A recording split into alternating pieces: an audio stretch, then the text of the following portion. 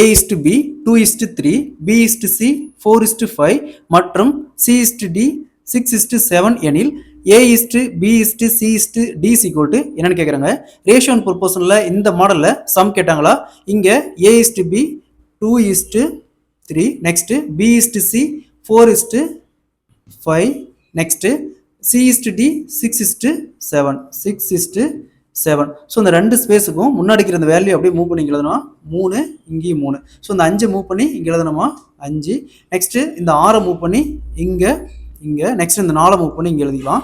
Next இது அப்படியே டேரெக்டாக பிறக்கணுமா 2 × 4 8, 8 × 6 48, நெக்ஸ்ட் 3 நாங் 12, 12 × 6 72, நெக்ஸ்ட் 6 × 30, 30 × 3 90, நெக்ஸ்ட் 7 × 5 × 3 105.